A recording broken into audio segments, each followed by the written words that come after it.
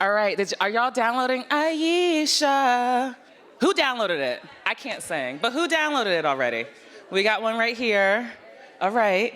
Okay, I know you all are ready to keep the conversation going at lunch, but if we could bring it back in here, because we have an amazing conversation right before we get to lunch.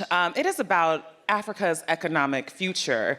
I don't know if most of us know, but it is home to the world's youngest population and one of the fastest growing economies on earth. That's not a surprise. And so this conversation looks at what that growth means for investors, entrepreneurs, and global partners, and why Africa's future is the world's future. So please welcome back Alfonso David, who will be in conversation with the Honorable Mr. Parks Tau, Minister of Trade, Industry, and Competition, Republic of South Africa.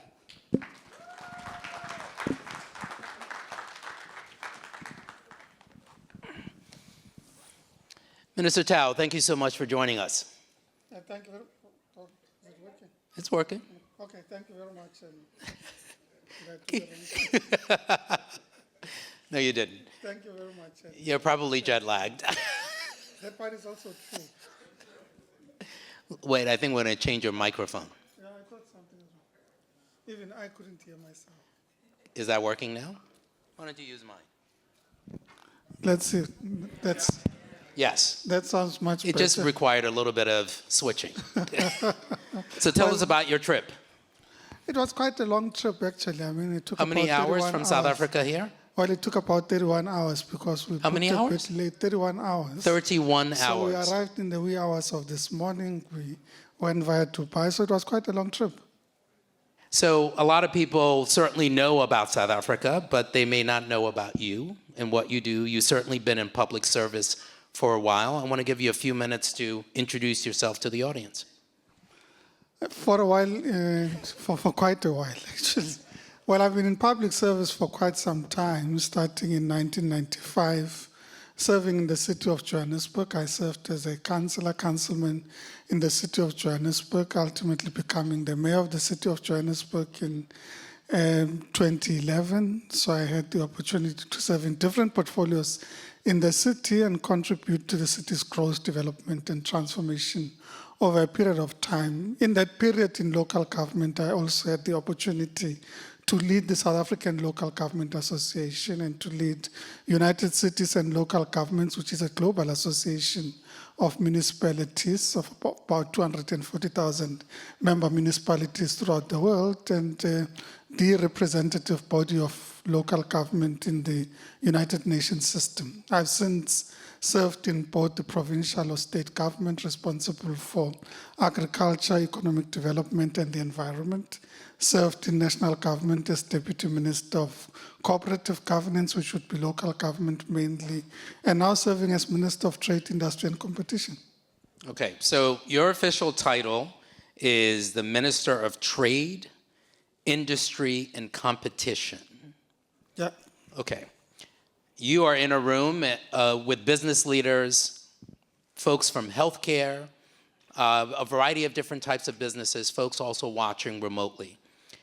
Talk a little bit about your growth strategy, because obviously this is your job to sort of think about how people should think about South Africa for purposes of investment. What are the opportunities that we should be thinking about? As a country, we've just adopted the industrial development strategy, and our industrial development strategy is anchored on 3 pillars: decarbonization, digitalization, and diversification.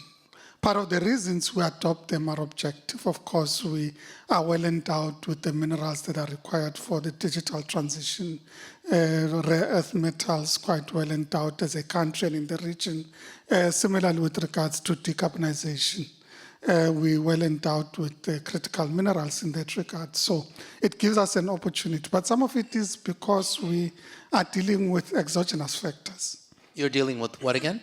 Exogenous factors. So we have the impact of policies by trading partners, excuse me, trading partners in particular, the European Union, our major destination for the automotive sector and other industries that we engage with them on that are imposing carbon border adjustment mechanisms and therefore a requirement to decarbonize certain sectors of the economy. So in many ways, whilst they are pushing us, it also presents as an opportunity to us.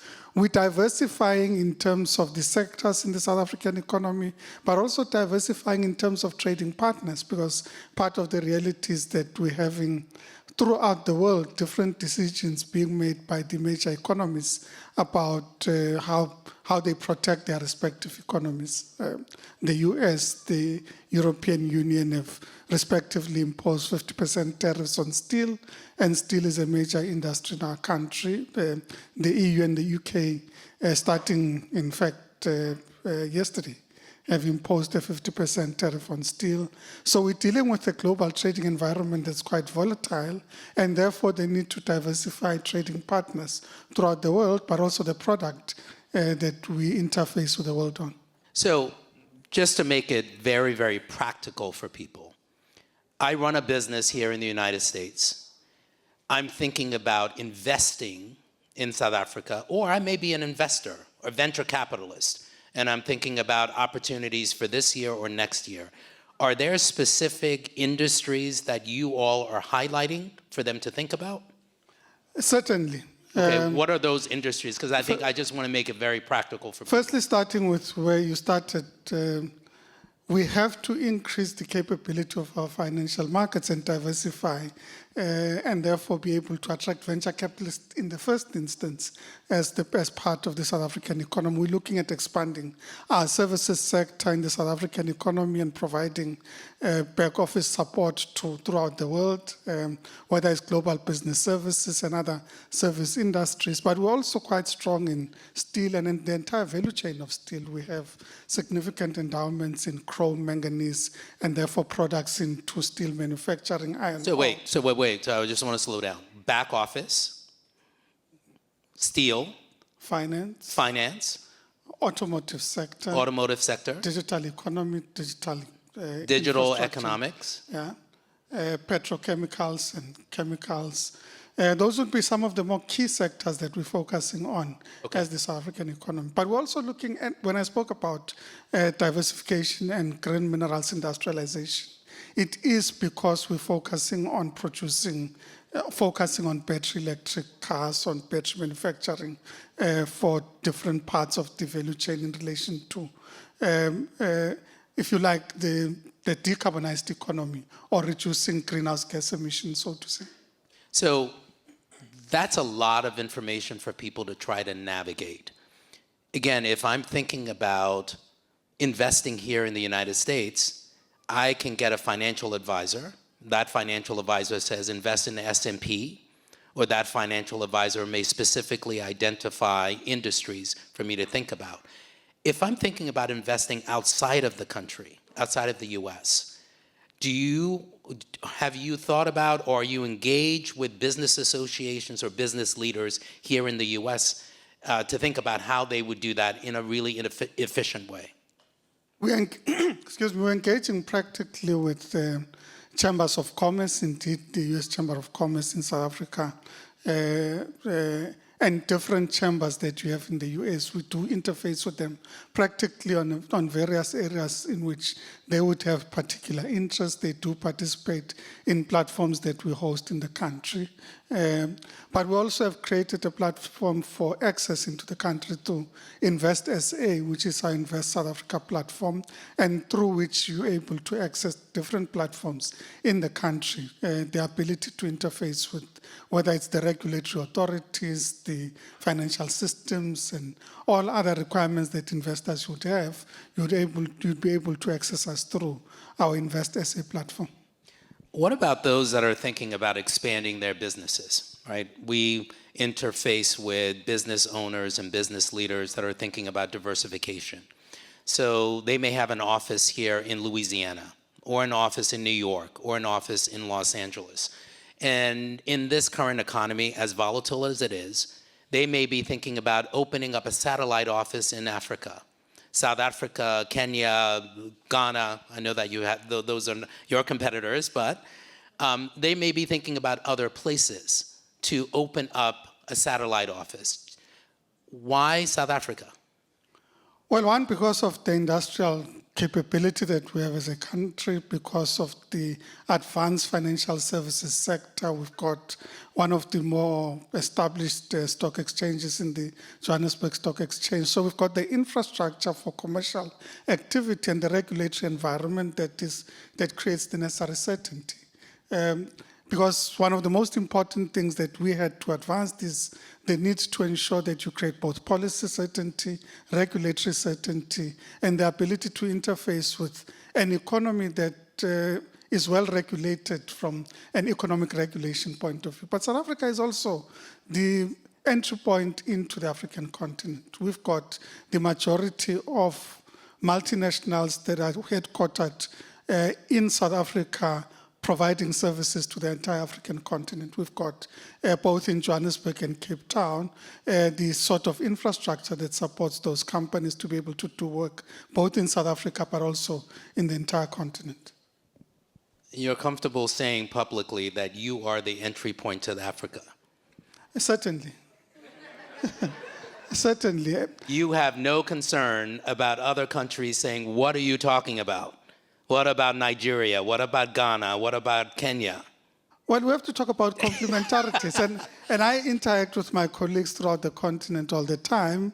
And part of the reality is, if you're thinking about the number of headquarters that you require that are concentrated in a particular area, they are concentrated in South Africa. From there, you're able to access the rest of the continent. But we also appreciate the reality that we have to provide the service not just to ourselves, but also to our peers on the continent. Let's talk about how you do that. So you talk about South Africa serving as the gateway to the entire continent, and you outline the reasons why. How do you practically provide those services to the rest of the continent? If I'm an investor and I'm thinking about going through South Africa as opposed to any other country. Well, first, let me say that when you look at our export strategy, we always say that it is premised on what we call the butterfly strategy, with the core being Africa. Wait, what strategy? The butterfly strategy. Okay. And with the spine being Africa. And it's Africa because of the level of trade that we have on the continent. Because the reality is, whilst we talk about global trading partners in the West, in the East, in the North, the reality is that from a South African point of view, the majority of your trade happens on the continent. It happens on the continent because of the level of industrialization that you have in the country and the ability to export, to create opportunities into the continent. Therefore, you need to enhance that. And one of the discussions we've been having with our peers, whether it's in the DRC or Mozambique, that have said, look, the bulk of our product comes from South Africa. Can you start manufacturing here? Can you be able to create opportunities for us to industrialize at the back of South African capability? So if you're looking at it from that point of view, you're talking about a country that already has access to market, has the platforms. When you go into retail platforms in many countries, you'd find South African retailers' products on the shelves in those countries. And part of the discussion is how to ensure that part of the industrialization happens there. But South Africa is also a very active participant in ensuring the implementation of the Africa Continental Free Trade Agreement. And this free trade agreement is a platform from which we collectively has agreed on the African continent that we would create greater intra-Africa trade. Intra-Africa trade through platforms ranging from financial systems that support it. We've got the Africa Import-Export Bank that's quite active, the African Finance Corporation, the African Development Bank, that are active in complementing the political and policy decisions that have been made to ensure that we're able to grow Africa and invest in the African economy. So the implementation of the Africa Continental Free Trade Agreement is critical in how we see a vision for the growth of the continent. Okay, so let's just say you've convinced me. I'm going to go to South Africa because you've convinced me that is the gateway to the rest of the continent. And you have the resources, you have the foundation, you have the platform to do it. Talk to me about the workforce. We're going to have April Verrett on the stage this afternoon. She is the president of SEIU, one of the largest unions in this country.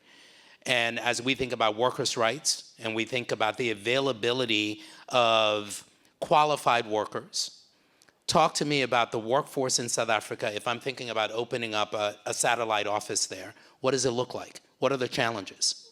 What are the opportunities? And firstly, and I need to get back to the theme of what we're discussing at the conference itself, or the forum itself, but South Africa is evolving from its ability to build its capability and skills in a background of a country where the majority were excluded from critical skills, and we've had to introduce policies that ensure that greater opportunities are created for Black people to be able to access critical skills to help grow the economy through deliberate policy interventions that do that. But it's also in our ability to attract the appropriate skills into the country and programs that are able to attract those skills into the country that are able to complement our capability. But we've also developed a skills development regime that places an obligation both on the state and the private sector to build that capability. So we've got a skills development levy that is levied on private sector companies to ensure that we're able to build the capability in those particular sectors. So we have sector education and training authorities that ensure that based on the need and demand in a particular sector, we're able to build the necessary skills and capability. It's an evolving process. There are areas in which we're experiencing significant progress in terms of building those skills and capability. There are areas in which we still need some improvement.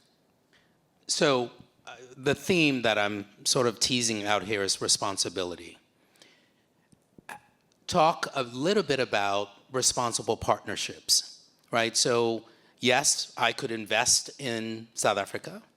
Yes, I could open up a satellite office in South Africa where you're talking about building a workforce with marketable skills. How do you do that responsibly? How do you create responsible partnerships? How do you ensure accountability? Say if I'm here in the US and you're here and you're there in South Africa. And one of the things that we've placed emphasis on as an economy is the principle of partnership and co-creation with civil society, with the private sector, about what the needs and aspirations of the economy are. So whether you're looking at the need to build skills, we've developed a system where we have a partnership with the private sector as opposed to simply just a state-led intervention. It's a partnership. It builds a coalition of forces that are able to contribute towards building that skill and capability. It is also about ensuring that we are in agreement on the policy processes, the policies that are critical to the South African economy. I mean, if you think about it, when we needed to deal with the impact of COVID on the South African economy, which was quite devastating, one of the greatest successes of our response was in our ability to mobilize capital both from the state and private capital to partner to work towards the solutions that are there. So it's about co-creating solutions as opposed to sitting on separate sides of the equation trying to solve the problem at the same time. Okay. So we've outlined what we should be thinking about using South Africa as a gateway. What do most American investors or global investors get wrong about investing in Africa? Well, firstly, it is the fact that people deal with perception and not always the reality. The reality is that South Africa, or Africa, is growing in terms of its skills, its capability, its regulatory environment. It has the endowments that are able to create opportunities for investors to come in. We have the ambition to be able to build a growing continent, the ability to sit and agree on a common vision for growth and development is very important, but not just agreeing on a common vision, but setting up the systems and instruments that implement that vision. We've got the Secretariat that's implementing the Africa Continental Free Trade Agreement. We've built the rules around which we're implementing that. And this has happened within a decade, where actively we've been working as ministers of trade on issues around where we have common tariffs or at least access into the respective markets. We agreed on rules of origin for products that are originating in different parts of the continent. So in many ways, if you think about it, you can start thinking of Africa as a common market that has a common vision and direction for its own growth and transformation. So,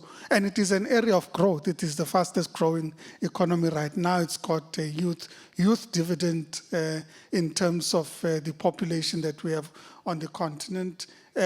Capability and skills are being built throughout the continent. So we've got the ingredients of a continent that will certainly prosper at a much faster rate than it is right now, primarily because there's agreement on the direction that we should take and the establishment of the instruments that enables us to do that, including a payment system, the Pan-African payment system, where we're beginning to address issues of different currencies on the continent, and therefore the ability to utilize a common payment system that different countries are beginning to adopt at different levels. So those sort of things create a sense of a continent that's not just setting out an aspiration for its growth or complaining about its history of colonization, but a continent and its leaders that have said, this is the direction that we're going to take, and these are the things that we do to get us to that destination.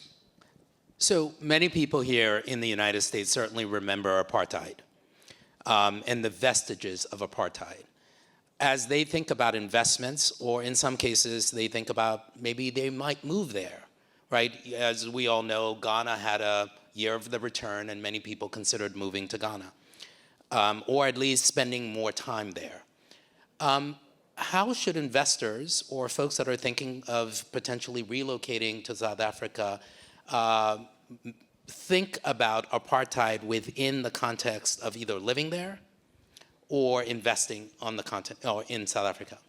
Well, firstly, I was listening to the inspirational discussions earlier, and as I was listening, I was thinking, in our context, you're talking about a demographic majority that is an economic minority. In reality, we are Say that again. We're a demographic majority that is an economic minority. Because of the impact of apartheid, the reality is that black people were excluded systematically and structurally from participating in the South African economy. And the reality is that we have had to introduce policies and instruments that achieve redress. And that redress is about ensuring that you have equity and equality in the South African economy, that you're able to have an economy that grows at the back of a common vision for a non-racial country. We always say, when we talk about building a non-racial, democratic, prosperous South Africa, we would want to achieve a country where your ability to participate in the economy, your ability to achieve your capability, talent, and ambition is not inhibited by race, class, nor gender. It should be on the basis of your capability, ability, and aspiration. And the reality is that right now, the vast majority of South Africans are still excluded from that opportunity.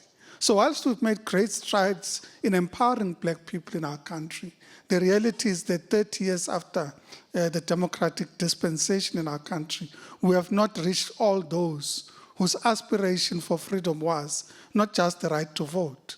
The aspiration for freedom was always about the opportunity to take myself and my family out of the bondage of economic exclusion.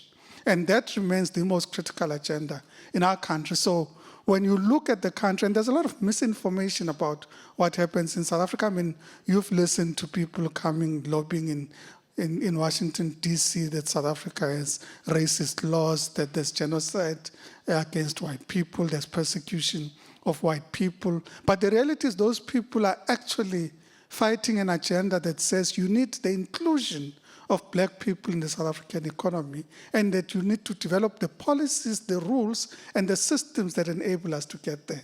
And that for us is the most critical agenda that we need to accelerate, and the current administration is focused on accelerating that agenda. So that is a commercial for the Global Black Economic Forum, and the fact that we talk a lot about intersectionality, and that the fight that we have here in the United States we see, unfortunately, replicated in other parts of the world, South Africa being one of them. So as you think about this, so we certainly understand and appreciate the work that the South African government is doing with respect to remediating or addressing the vestiges of apartheid. What would you say Americans should think more critically about when they engage not only in South Africa, but on the entire continent?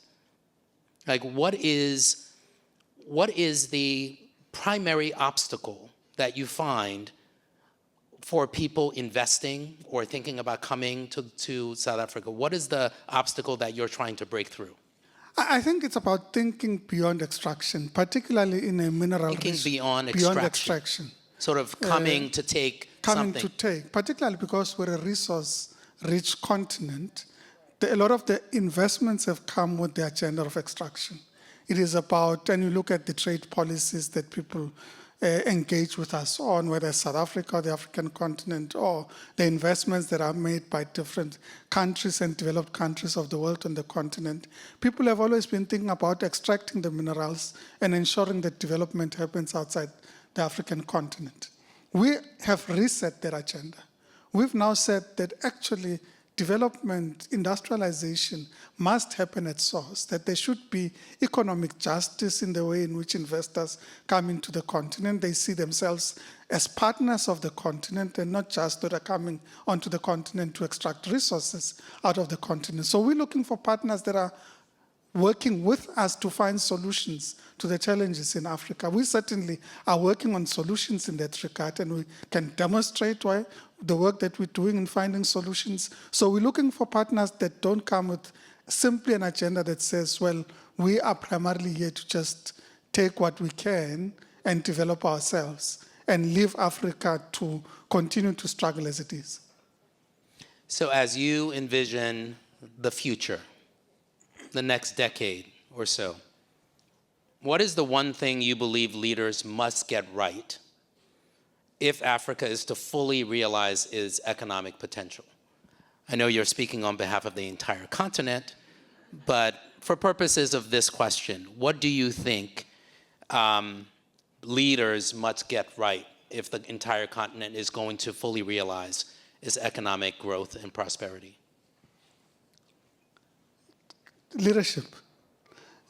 And I'm saying leadership because primarily the role of leaders is to ensure that you provide a sense of direction of travel to where you're going to, and to put the instruments in place to be able to get there. So when you know that this is my destination and this is how I get to the destination, you're able to mobilize people behind it. And part of the problem, in my opinion, has been that we don't always articulate and set the systems to achieve the direction that we're setting. And I think that level of leadership that we require throughout the continent is one that says, yes, we're dealing with the here and now, the challenges of today, but we have a vision and a direction that we're setting for ourselves, and we need to be able to ensure that through the work that we do, through the partnerships that we evolve, we're able to get exactly to where we're going to. So that leads me to the last question. And I want to thank Michael Sawida, who was sort of instrumental in connecting us. And based on our conversations over the past now several weeks, we made a decision to enter into a strategic partnership with the South African government. And we are announcing it here today. So I want to talk a little bit about, as we close, what that partnership, yes, thank you, what that partnership looks like from your perspective. It's a partnership of mutual benefit towards a common direction of, if you like, ensuring that South Africa, Africa, and the diaspora is able to grow and prosper and be part of the global economy. It is the ability to say that we have areas of complementarity. You need US capital, you need capital throughout the world. If you like, I'm going to use South African nomenclature and say you need a progressive class of capitalists that are able to come into the country to find solutions to help us grow the economies of our countries, not just an extractive group of people. And we see this partnership as exactly that. It is capital that comes, business that comes with an agenda of one, certainly business. We always say in the country, and one of my colleagues in cabinet says it all the time, business people don't put money only to create jobs. They come in because they also want to make money. So certainly the people want to come in and make money, but you're coming into an environment where there's a conscious effort to ensure that you're also able to contribute towards the growth and prosperity of the peoples of the continent, of the peoples of our country. And we're looking forward to that sort of partnership where we can hold hands and say, let us work together and walk together in this journey of economic prosperity and equity for all our peoples. Well, I want to thank you for being creative and innovative and exploring the possibilities that have yet to be realized. And as we think about this partnership between the Global Black Economic Forum and the government of South Africa, we will be spending a lot of time together and potentially doing an event in South Africa in 2027 to, yes, potentially doing an event in South Africa in 2027 as we must, as people of color and as Black people, expand our horizons and really try to fully realize all of the opportunities that exist for ourselves and for generations yet to come. I want to give you the last word in the final minutes that we have here before lunch, so don't be too long because people are hungry. What do you want to leave people with? What is the one message you want to leave them with? And I'm talking about business leaders and labor leaders and academics and philanthropists and venture capitalists, all the folks that are here. Is there one message that you want to leave them with? It could be have a nice lunch, or it could be something else. Certainly have a nice lunch. So, you know, our president doesn't always allow cabinet ministers to leave the country when cabinet sits. We applied quite late to leave the country, and cabinet was sitting yesterday. And all I said is, well, Mr. President, I think that we have great partners in the Global Black Economic Forum. Allow me to go and nurture that partnership and ensure that we're able to bring like-minded people into South Africa to help us grow the South African economy and to help us drive the agenda of Black economic empowerment. And for me, it is that sort of partnership. And it is something that the president brought in and said, well, I'll give you the exception. You can go to New Orleans this time around, but don't take chances next time around. Thank you. Please extend my greetings to the president, and thank you for 30 hours that it took to get here, and thank you for the partnership. Thanks much, appreciate it.